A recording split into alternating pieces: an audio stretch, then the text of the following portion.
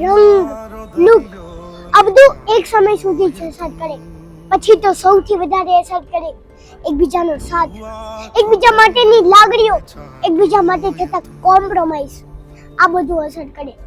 એટલે આ જે બધું મોહ છે ને, રૂપ, રંગ, સામેવાળું વ્યક્તિ કેવું દેખાય છે, આ બધો 5 વર્ષનો ખેલ છે, સમજાય છે? એ મોહ ઉતરે, એકબીજાના સાથની જરૂર પડે ત્યારે રૂપ કાંઈ જોવામાં આવતું નથી.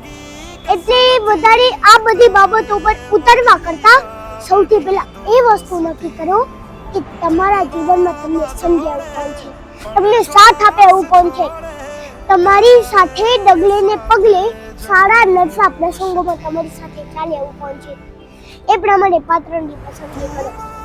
જોકે ભગવાન કરીને તમને બહુ સારી પાત્ર મળે, પણ કદાચ તમને એવો મોહ હોય કે મને સારું જ મળી જોઈએ, તો સારું નહીં, માર્ગ બદલો, જીવન સુધરી જશે.